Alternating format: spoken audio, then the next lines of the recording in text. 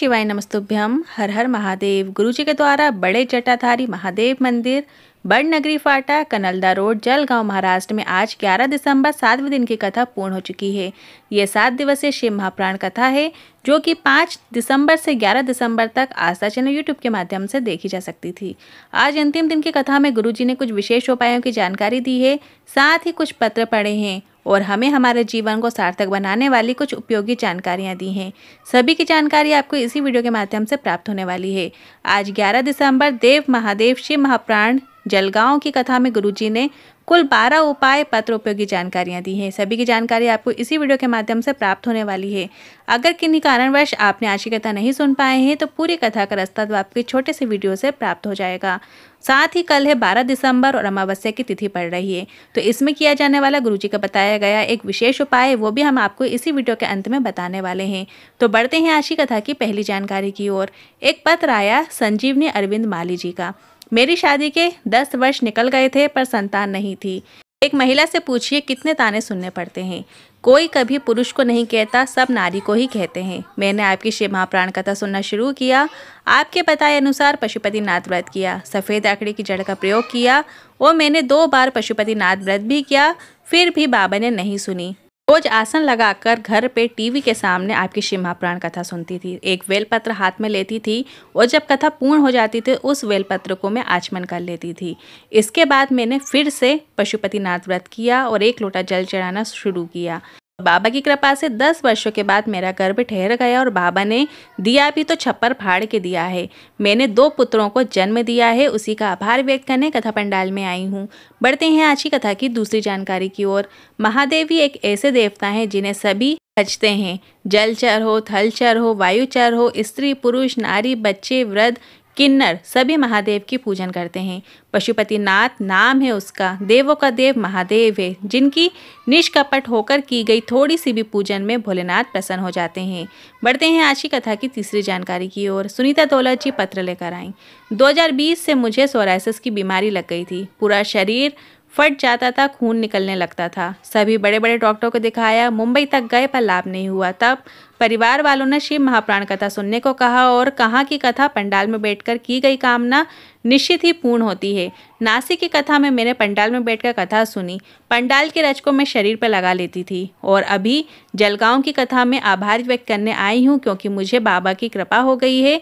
उसी का आभार व्यक्त करने कथा पंडाल में आई हूँ और अब मैं पूरी तरीके से ठीक हूँ। बढ़ते हैं आज की कथा की चौथी जानकारी की ओर। अनिता जी पत्र लेकर आई। मेरा बेटा 24 घंटे खांसता रहता था। उसे दमे की शिकायत थी, दमे की बीमारी थी। 2 कदम चलता था और थक कर बैठ जाता था।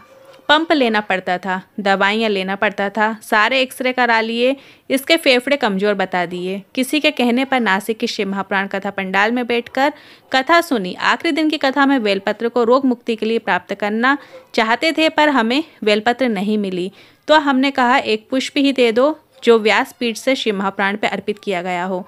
हमने उस पुष्प की पंखुड़ी बेटे को खिला दी और उस दिन से डॉक्टर भी हैरान हैं कि इसकी दमे की शिकायत, दमे की जो बीमारी थी वो कहाँ गई और मेरा बच्चा पूरी तरीके से ठीक है। उसी का आभार व्यक्त करने कथा पंडाल में आई हूँ। बढ़ते हैं आज की कथा की 5वीं जानकारी की ओर। कितनी भी बड़ी बीमारी हो, अचानक से बीमारी आ गई हो, डॉक्टर ने कह दिया होगा अंतिम सांसें चल रही हों, दवाइयाँ शरीर में नहीं लग रही हों। गुरुजी ने कहा आपको रात्रि के 9:30 बजे की पूजन का वर्णन बताया था। गुरुजी ने आज कथा में सिर्फ इतना ही बताया है, पर इस उपाय में आपको घर के ही शिवलिंग में आंवले के जल से शिवलिंग पे अभिषेक करना होता है। तब आपको 1 कलश जल लेना है और उसमें 1 आंवला आपको डाल लेना है। इसके बाद यदि आपके पास आंवला नहीं है तो आप आंवले के वृक्ष की जो पत्तियां होती हैं वो 1 पत्ती भी आप उस जल के अंदर डाल सकते हैं। बस आपको आंवले का जल शंकर भगवान के शिवलिंग पर, आपके घर के ही शिवलिंग पर आप अर्पित कीजिए। अर्पित करते समय उस व्यक्ति का नाम और गोत्र बोलना है जो रोगी व्यक्ति है और कुंदकेश्वर महादेव का स्मरण करना है। साथ ही आपको 1 घी का दीपक लगा देना है। गोल बाधी का घी का दीपक जरूर लगाइएगा। ये उपाय आप किसी भी दिन रात्रि को 9:30 बजे कर सकते हैं। इसके बाद गुरुजी ने बताया, हमने पहले भी कहा है अगर दवाइयाँ नहीं लग रही हो तो दवाइयाँ खाते समय भी आप कुंदकेश्वर महादेव का नाम स्मरण करना चाहिए। बढ़ते हैं आज की कथा की 6वीं जानकारी की ओर। शिवाजी नारायण राठौड़ जी पत्र लेकर आए। मेरी तबीयत अचानक बिगड़ गई। मुझे खुद समझ में नहीं आया कि मुझे क्या हो गया। मैं डॉक्टर के पास गया तो डॉक्टर ने शुगर बता दी। इसके बाद 2 दिन बाद फिर तबीयत बिगड़ी तो डॉक्टर ने निमोनिया बता दिया, फिर टीबी बता दी, फिर ना जाने कई प्रकार की बीमारियां बता दी। मुझे वेंटिलेटर में डाल दिया गया और डॉक्टर ने कह दिया कि इनकी बीमारी का इलाज नहीं है। तभी मेरी बहन ने पार्थिव शिवलिंग का निर्माण कर पूजन अर्चन करने को कहा। साथ ही रात्रि में 9:30 बजे वाला भोलेनाथ की पूजन वाला प्रयोग बताया, जो परिवार वालों ने किया और आज मैं पूरी तरीके से ठीक हूँ। उसी का आभार व्यक्त करने कथा पंडाल में आया हूँ। बढ़ते हैं आज की कथा की 7वीं जानकारी की ओर। एक महिला जो गर्भवती थी, जिसको डॉक्टर ने बोल दिया था कि गर्भ में जो बच्चा है वो ठीक नहीं है, विकलांग पैदा होगा, वो कथा पंडाल में बैठकर ही कथा सुन रही थी और उसको प्रसव पीड़ा हो गई और उसे इसी कथा पंडाल में उसे पुत्र रत्न की प्राप्ति हुई है। और जब वो हॉस्पिटल गई तो डॉक्टर ने उसके बच्चे को चेक किया तो बच्चा पूर्ण रूप से पूरा स्वस्थ था और इस पंडाल में माताओं ने उसका नाम भी रख दिया श्री शिवाय। बढ़ते हैं आज की कथा की 8वीं जानकारी की ओर। अक्षय संजय जाबरे जी पत्र लेकर आए। 2018 से सरकारी नौकरी के लिए अप्लाई कर रहा था। दिल की ख्वाहिश थी भारतीय सेना में जाऊं, पर मेरा चयन नहीं हो पा रहा था। तब मेरी माँ ने मुझे कुबेरेश्वर धाम जाने को कहा। मैं सीहोर कुबेरेश्वर धाम की धरा में जाकर नमन किया। वहाँ पे कंकर शंकर की पूजन सब लोग कर रहे थे, मैंने भी की और जब लौट कर आया नौकरी के लिए आवेदन किया और मेरा चयन भी हो गया है। उसी का आभार व्यक्त करने कथा पंडाल में आया हूँ। बढ़ते हैं आज की कथा की 9वीं जानकारी की ओर। गुरुजी ने कहा, हम यहाँ जलगांव की धरा से आप सभी बेटों और बेटियों से एक निवेदन करना चाहेंगे। प्यार वाली शादी मत करना, जिम्मेदार वाली शादी करना। हम हमारे माता पिता को कन्यादान का मौका ज़रूर प्रदान करेंगे। बढ़ते हैं आज की कथा की 10वीं जानकारी की ओर। जैसे लक्ष्मी को महालक्ष्मी कहते हैं, उसी तरह शमशान में भी सबसे विशेष महाशमशान काशी को कहते हैं। वहाँ मणिकर्णिका घाट में पहुँचने के बाद अगर आपने दिल से शिव का नाम लेते हुए एक मुर्दे को जलते हुए भी देख लेता है तो आपको संसार व्यर्थ लगने लगता है और सिर्फ ईश्वरी सत्य है ऐसा अनुभव होने लगता है। करते हैं अगली जानकारी की ओर। 12 दिसंबर दिन है मंगलवार का और तिथि है मार्गशीर्ष माह की अमावस्या की। आपको बता दें, मार्गशीर्ष माह की अमावस्या तिथि की शुरुआत कल 12 दिसंबर को सुबह 6:24 से होगी, जो कि अगले दिन 13 दिसंबर को सुबह 5:01 पे पूर्ण हो जाएगी। इस मार्गशीर्ष माह में पड़ने वाली इस अमावस्या को भौमवती अमावस्या भी कहते हैं। इस तिथि में पितरों को तर्पण करने से पितृ खुश होते हैं और सुख समृद्धि का आशीर्वाद प्रदान करते हैं। इस दिन पवित्र नदियों में स्नान का भी बहुत ही महत्व होता है। अमावस्या तिथि में करने वाला उपाय गुरुजी ने बताया है, जो कि हम आपको इसी वीडियो के माध्यम से करके भी दिखाएंगे। ये उपाय आप किसी भी माह की अमावस्या तिथि में कर सकते हैं।